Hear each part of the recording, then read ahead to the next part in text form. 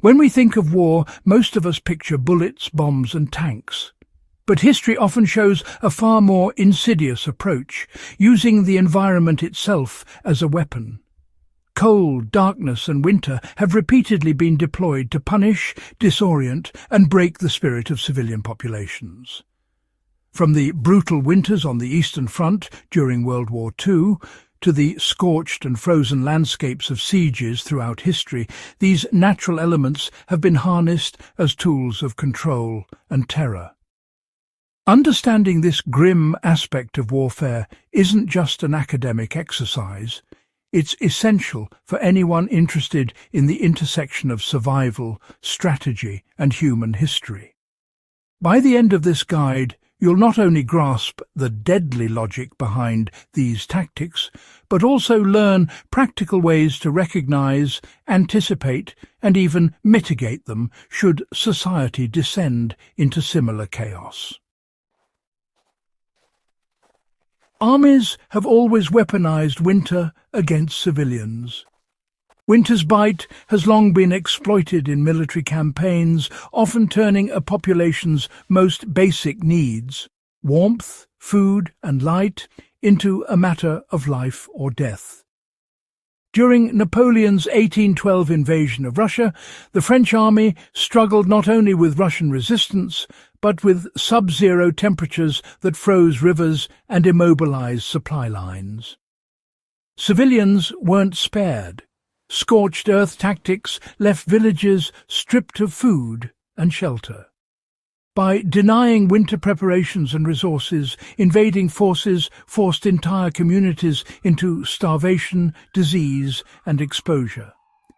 Similarly, during the Siege of Leningrad in World War II, German forces cut off access to fuel and food during the harshest months, transforming winter into a silent, relentless weapon. Tens of thousands of civilians died not from bullets, but from frostbite and hunger.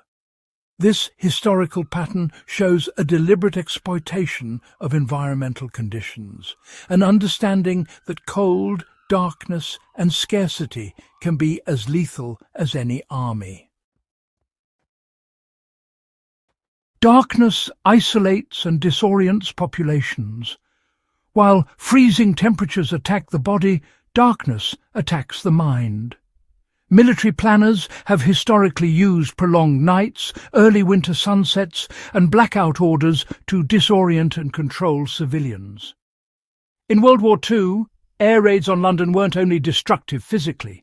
Enforced blackouts stripped the city of visual cues, leaving residents vulnerable and psychologically strained. Darkness magnifies fear, disrupts routines, and makes even simple survival tasks, finding food, tending fires, navigating streets, dangerous. From a modern prepper perspective, understanding how darkness can be weaponized is crucial. Stocking reliable lighting sources, developing routines independent of natural daylight, and training to operate in low-light conditions are small but vital steps toward resilience. History teaches that when light is restricted, the most basic human activities become precarious. A lesson still relevant today for anyone considering winter survival or prolonged power outages. Starvation and deprivation, have a way of turning the seasons into strategic weapons. Cold alone rarely kills as quickly as the combination of deprivation and winter. Armies and governments have, throughout history, leveraged shortages to exert control, often by blocking food access or destroying crops in the months leading up to winter. During the Siege of Stalingrad, civilians endured both Russian winters and systematic supply disruptions, leaving them with minimal nutrition in the face of freezing temperatures. Even outside outright sieges, historical examples show that manipulation of food and fuel supplies in winter can devastate populations more efficiently than any battle plan. For the historian or prepper, recognizing this pattern really underscores the importance of layered preparation. Stockpiling non-perishable food, developing methods to preserve heat, and maintaining alternative fuel sources can be the difference between survival and, well, succumbing to environmental warfare. Psychological warfare, honestly, amplifies the impact of winter. Cold and darkness are effective on their own, but history reveals a darker truth. They work even better when combined with psychological pressure. Armies have intentionally exploited fear, rumour and uncertainty to compound the effects of harsh conditions.